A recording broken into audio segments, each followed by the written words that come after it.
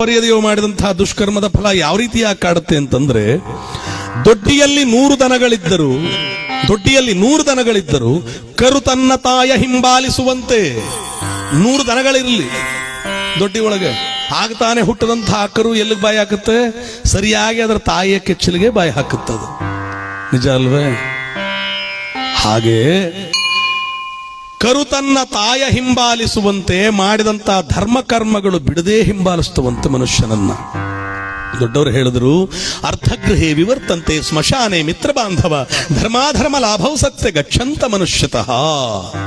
ಅಂದರೆ ಸಂಪಾದನೆ ಮಾಡಿದಂಥ ಹಣ ಐಶ್ವರ್ಯವೆಲ್ಲವೂ ಮನೆಯಲ್ಲಿ ನಿಂತು ಹೋಗ್ತದೆ. ಅರ್ಥಗೃಹೇ ಸ್ಮಶಾನೆ ಮಿತ್ರ ಬಾಂಧವ, ಸಮಾಧಿವರೆಗೆ ಯಾರು ಬರ್ತಾರೆ? ಮಿತ್ರರು, ಬಾಂಧವರು, ಮಕ್ಕಳು, ಮೊಮ್ಮಕ್ಕಳು, ಇವರೆಲ್ಲ ಸಮಾಧಿವರೆಗೆ ಬರ್ತಾರೆ. ಧರ್ಮ ಧರ್ಮ ಲಾಭವು ಸತ್ಯ ಗಚ್ಚಂತ ಮನುಷ್ಯತಃ. ಧರ್ಮ ಧರ್ಮಗಳು ಮಾತ್ರ ಎಲ್ಲಿವರೆಗೂ ಬಿಡದ ಗಚ್ಚಂತ ಮನುಷ್ಯರು ಎಲ್ಗೋದ್ರೂ ಬಿಡೋದಿಲ್ಲ. ಅವು ಹಿಂದೆ ಬರ್ತಾನೇ ಇರ್ತದೆ, ತಾಯ ಹಿಂಬಾಲಿಸುವಂತೆ ಪುಟ್ಟ ಕರುವಿನಂತೆ.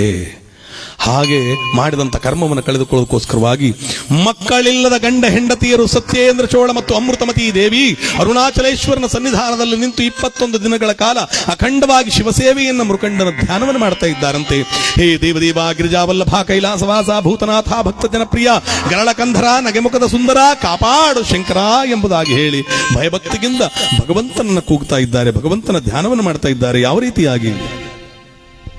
ಬಾಬಾ ಶಂಕರ ಮೊರೆ ಕೇಳದೇನೋ ದೇವ ದೇವ ಬಾಬಾ ಶಂಕರ ಮೊರೆ ಕೇಳದೇನೋ ದೇವ ದೇವ ಬಾಬಾ ಶಂಕರ.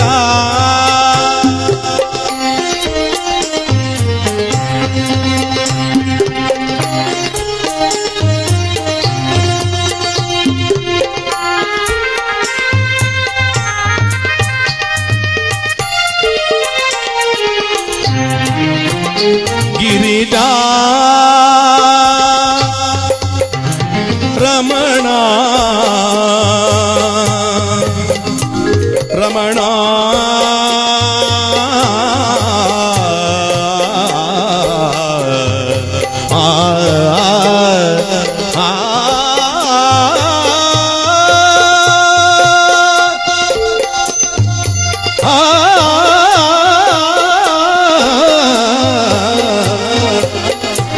ಗಿರಿಜಾ ರಮಣ ಕರುಣಾ ಭರಣ. ಗಿರಿಜಾ ರಮಣ ಕರುಣಾ ಭರಣ. ಗಿರಿಜಾ ರಮಣ ಕರುಣಾ ಭರಣ. ನಂಬಿದೆ ಪಾವನ ಚರಣ, ನಂಬಿದೆ ಪಾವನ ಚರಣ ಬಾಬಾ ಶಂಕರ ಮೊರೆ ಕೇಳದೇನೋ ದೇವ ದೇವ ಬಾಬಾ ಶಂಕರ.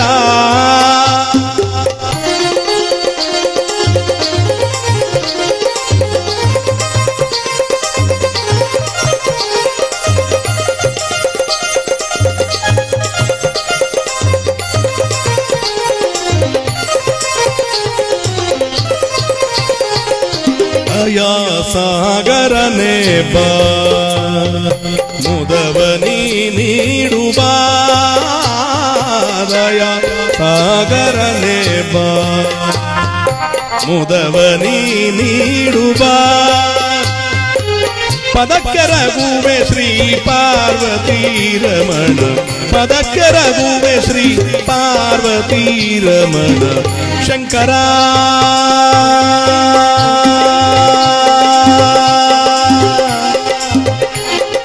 ಶಂಕರ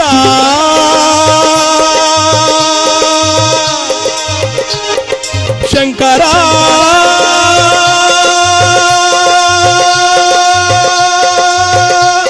ಮೊರೆ ಕೇಳೋ ದಯಾ ಘನ.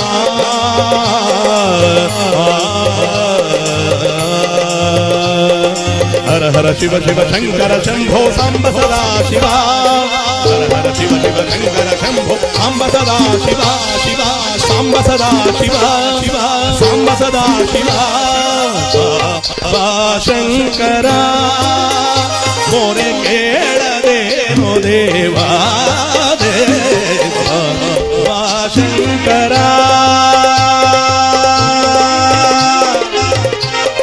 ಶಂಕರ ಅಭಯಂಕರ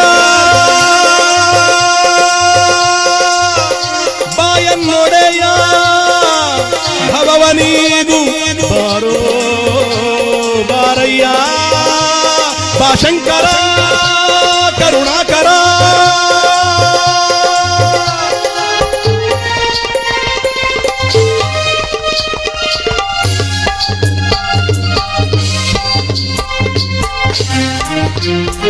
ಭಯಭಕ್ತಿಯಿಂದ ಭಗವಂತನ ಧ್ಯಾನವನ್ನು ಮಾಡ್ತಾ ಮಕ್ಕಳಿಲ್ಲದ ದೌರ್ಭಾಗ್ಯದಿಂದ ಗಂಡ ಹೆಂಡತಿಯರು ಕೂಗುತ್ತಾ ಇದ್ರೆ ಜಗದೊಡೆಯನಾದಂಥ ಪರಮಾತ್ಮ ಪ್ರಸನ್ನನಾದನಂತೆ. ಕಂದ ಏಳು ಮೇಲೇಳು ಮಗನೇ ಸತ್ಯೇಂದ್ರ ಚೋಳ, ಇದೋ ನಿನ್ನ ಭಕ್ತಿಯ ಪರಾಕಾಷ್ಠೆಗೆ ಮೆಚ್ಚಿ ನಾನು ಆಗಮಿಸಿ ಒಲಿದು ಬಂದಿದ್ದೇನೆ. ಕೇಳು, ನಿನಗೇನು ಬರಬೇಕು?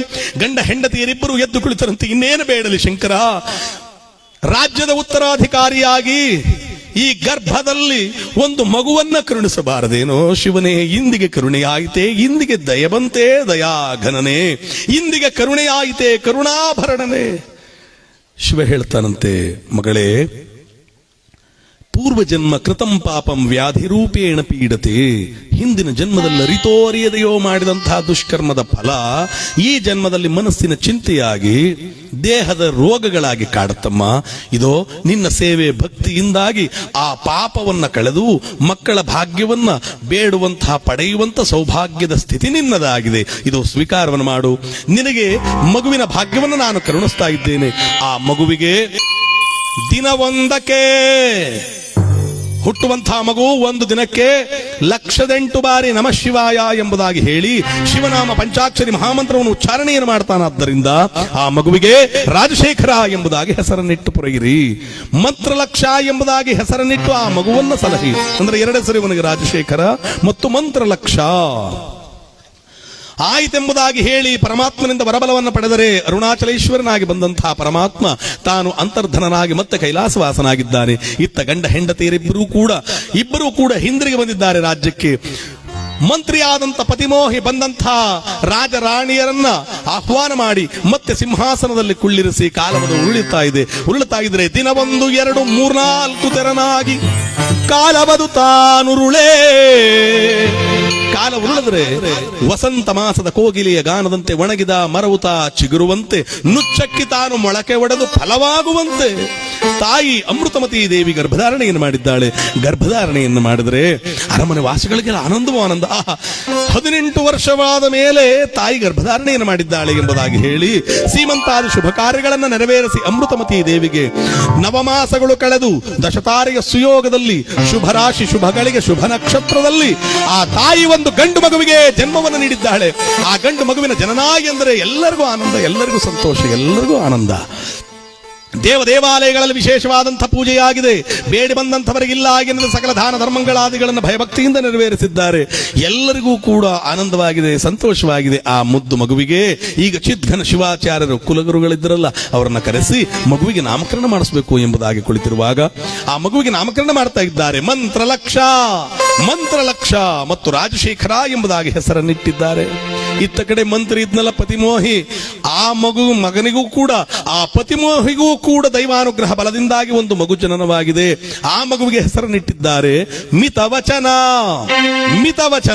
ಅಂದ್ರೆ ಹಿತವಾಗಿ ಮಾತನಾಡಬೇಕು, ಮಿತವಾಗಿ ಮಾತನಾಡಬೇಕು, ಎಲ್ಲಿ ಮಾತನಾಡಬೇಕು, ಏನನ್ನು ಮಾತನಾಡಬೇಕು, ಹೇಗೆ ಮಾತನಾಡಬೇಕು, ಯಾವಾಗ ಮಾತ್ರ ಮಾತಾಡಬೇಕು ಅನ್ನೋದನ್ನು ಅರಿತು ಮಾತನಾಡುವಂಥವನು ಮಿತವಚನ. ನೋಡಿ, ಯಾವತ್ತಿನ ಕಾಲಕ್ಕೆ ಹೆಸರೆಲ್ಲ ಹಿಂಗಿಡೋರು, ಚೆನ್ನಾಗಿ ಹೆಸರಿಡೋರು, ಅರ್ಥ ಇರೋದು ಅದಕ್ಕೊಂದಕ್ಕೆ. ಪರ್ವತನ ಮಗಳಾದ್ದರಿಂದ ಪಾರ್ವತಿ ಅಂತ ಹೆಸರು ಬಂತಂತವಳಿಗೆ. ಪರ್ವತನ ಮಗಳು ಪಾರ್ವತಿ, ಗಿರಿರಾಜನ ಮಗಳು ಗಿರಿಜಾ, ಕೌಂತೆಯನ ಮಗಳು ಕುಂತಿ, ಜನಕನ ಮಗಳು ಜಾನಕಿ, ದ್ರುಪದನ ಮಗಳು ದ್ರೌಪದಿ. ನೋಡಿ, ಹಿಂಗೆ ಹೆಸರಿಡೋರು ಅಲ್ವೇ. ಮಕ್ಕಳಿಗೆ ದೇವರ ಹೆಸರಿಡೋರು. ತಂದೆ ತಾಯಿಗಳು ಮಕ್ಕಳಿಗೆ ಮಂಜುನಾಥ ಅಂತ ಹೆಸರಿಟ್ರೆ ಧರ್ಮಸ್ಥಳದ ಮಂಜುನಾಥನನ್ನೇ 100 ಸರಿ ಕೂಗ್ದಂಗಾಗೋದು ಸಾಯಂಕಾಲದವರೆಗೆ ಅಲ್ವೇ. ಮಗಳಿಗೆ ಲಕ್ಷ್ಮಿ ಅಂತ ಹೆಸರಿಟ್ಟು ಲಕ್ಷ್ಮಿ ಲಕ್ಷ್ಮಿ ಲಕ್ಷ್ಮಿ ಅಂತ ಕೂಗ್ತಾ ಇದ್ರೆ ವಿಷ್ಣು ವಕ್ಷಸ್ಥಲ ನಿವಾಸಿನಿಯಾದಂಥ ತಾಯಿ ಜಗನ್ಮಾತೆಗೆ ಒಂದು ಬಾರಿ ಆದ್ರೂ ನಮ್ ಕೂಗ್ ಕೇಳ್ತಾ ಇರ್ಲಿಲ್ವೇ? ಈಗಲೂ ಇಡ್ತಾರೆ ಈ ಹೆಸರುಗಳನ್ನ.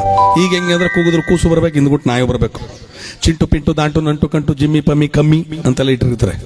ಹಿಂಗೆಲ್ಲ ಹೆಸರು ಇಟ್ಕೊಂಡಿರ್ತಾರೆ. ಅಲ್ವೇ? ಅದೇ ಯಾವ ಹೆಸರಪ್ಪ? ಕಿಶೋರ್ ಅನ್ನೋದು ಒಂದು ಹೆಸರ. ಈಗೇನ ಚಂದ ಕರೆಯಕ ತಾತನಾದ್ಮೇಲೆ ಅಲ್ವಾ? ಕೂಸಾಗಿದ್ದಾಗ ಬೇಬಿ ಅಂತ ಕರೆಯಕ್ ಚಂದ, ಅದೇ ಮುದುಕಿ ಆದ್ಮೇಲೆ ಕರೆಯಕದ್ದ ಅಲ್ವೇ? ಅದಕ್ಕೆ ಪ್ರತಿಯೊಂದಕ್ಕೂ ಕೂಡ ನಮ್ಮ ಹಿಂದಿನವರು ಚೆನ್ನಾಗಿರ್ತಿದ್ರು. ಹೆಸರಾಗ್ಲಿ ಜೀವನವಾಗ್ಲಿ ಎಲ್ಲ ಚೆನ್ನಾಗಿರ್ತಿತ್ತು. ನಾವೀಗ ಹಿಂದಿನವ್ರು ಸರಿ ಇಲ್ಲ, ಎಲ್ಲ ವೈಟ್ ಅಂಡ್ ಬ್ಲಾಕ್ ಅಂತ ಅಂದ್ಬಿಟ್ಟು ಈಗ ನಾವು ಕಲರ್ಫುಲ್ ಆಗಿದೀವಿ ಅಂದ್ಬಿಟ್ಟು ಮಾಡಬಾರ್ದನ್ನೆಲ್ಲ ಮಾಡ್ಕೊಂಡು ಆಡಬಾರ್ದನ್ನೆಲ್ಲ ಆಡ್ಕೊಂಡು ಅಲ್ವೇ? ಹಾಗಾಗಿ ಅದಕ್ಕೆ ನಾವು ಹೇಳ್ತೀವಿ ಹಿಂದಿನ ಕಾಲ ಚೆನ್ನಾಗಿತ್ತು, ಹಿಂದಿನ ಕಾಲ ಚೆನ್ನಾಗಿತ್ತು, ಅವತ್ತಿನ ಕಾಲ ಚೆನ್ನಾಗಿತ್ತು ಅಂತ ಹೇಳ್ತೀವಿ. ತಾಯಿ ಚೌಡಮ್ಮನವರ ಹೆಸರಿನಲ್ಲಿ ಈ ದಿನ ಮಳವಳ್ಳಿ ತಾಲೂಕು ಅಂಚೆದೊಡ್ಡಿಯಲ್ಲಿ ಭಕ್ತಿಯುತವಾದಂತಹ ಈ ಒಂದು ಕಾರ್ಯಕ್ರಮ ರಾಜಶೇಖರ ವಿಲಾಸ ಅಥವಾ ತಿರುಕೊಳ್ಳವನಾಚೆಯ ಕಥೆ ಎನ್ನುವಂತಹ ಪುಣ್ಯ ಕಥಾ ಭಾಗವನ್ನು ಸವಿಯುತ್ತಾ ಜಗದ್ರಕ್ಷಕನಿಂದ ವರಬಲವನ್ನ ಪಡೆದಂಥವರು ಆ ಮಗುವಿಗೆ ನಾಮಕರಣವನ್ನು ಮಾಡ್ತಾ ಇದ್ದಾರಂತೆ.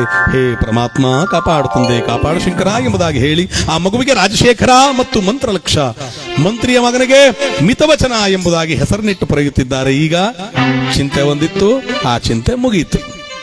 ಮಕ್ಕಳು ಬೆಳೆದು ಪ್ರವರ್ಧಮಾನರಾಗ್ತಾ ಇದ್ದಾರೆ ಎನ್ನುವಾಗ ಸಮಯ ಆಯ್ತಾ ಈಗ ಸಮಾಧಿ ಕಡೆಗೆ ಹೋಗಕ್ಕೆ? ಹಾಗಾಗಿ ತಾಯಿ ಚೌಡಮ್ಮನವರ ಹೆಸರಿನಲ್ಲಿ ಆ ಭಗವಂತನ ಕೃಪಾಶೀರ್ವಾದವಾಗಲಿ, ಈ ಮನೆಯಲ್ಲಿ ಉತ್ತರೋತ್ತರ ಅಭಿವೃದ್ಧಿ ಆಗಲಿ, ಬರುವಂತಹ ಎಲ್ಲ ದುರಿತ ದೋಷಗಳನ್ನು ಸ್ವಾಮಿ ಆಂಜನೇಯ ನಾಶ ಮಾಡಿ ಈ ಮನೆಯನ್ನ ಸಂರಕ್ಷಣೆಯನ್ನು ಮಾಡಲಿ. ಎಲ್ಲರಿಗೂ ಶುಭವಾಗಲಿ.